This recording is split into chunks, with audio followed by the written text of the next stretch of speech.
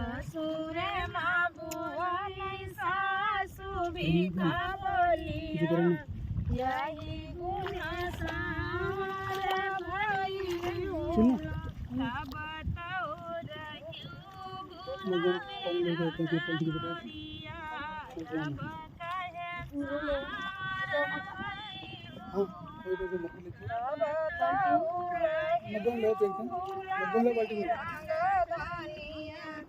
अब काहे सावरा भइल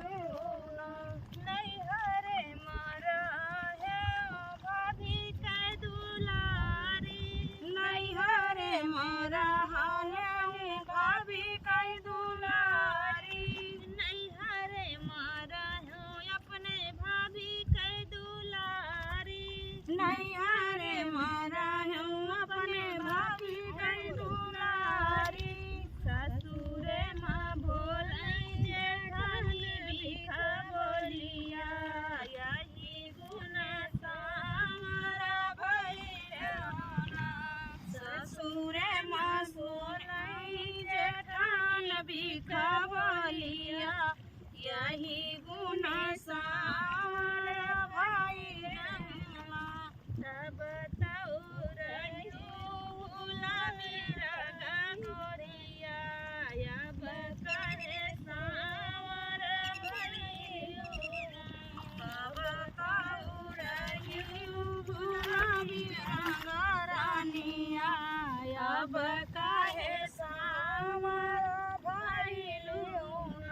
नहीं हरे मारा हो अपने दीदी के दुलारी नहीं हरे मारा लो अपने दीदी के दुलारी नहीं हरे मारा हो अपने दीदी के दुलारी नहीं हरे मारा हो अपने दीदी के दुलारी ससुरे माँ बोले ननद भीखा बोलिया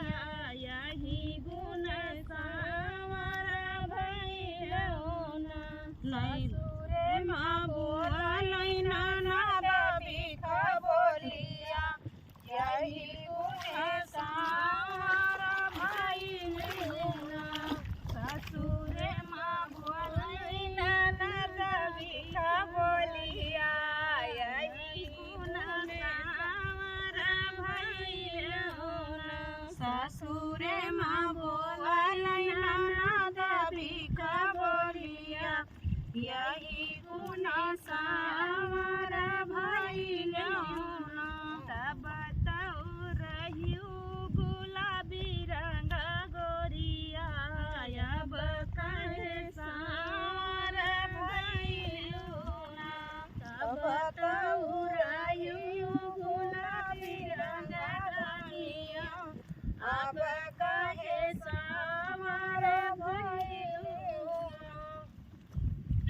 तो भैया पूरा हो गया। ससुरे में यहाँ कष्ट रहा था ससुरे में सास का कष्ट है। ये हमका देखा बता रहे हैं कोई। हाँ अच्छा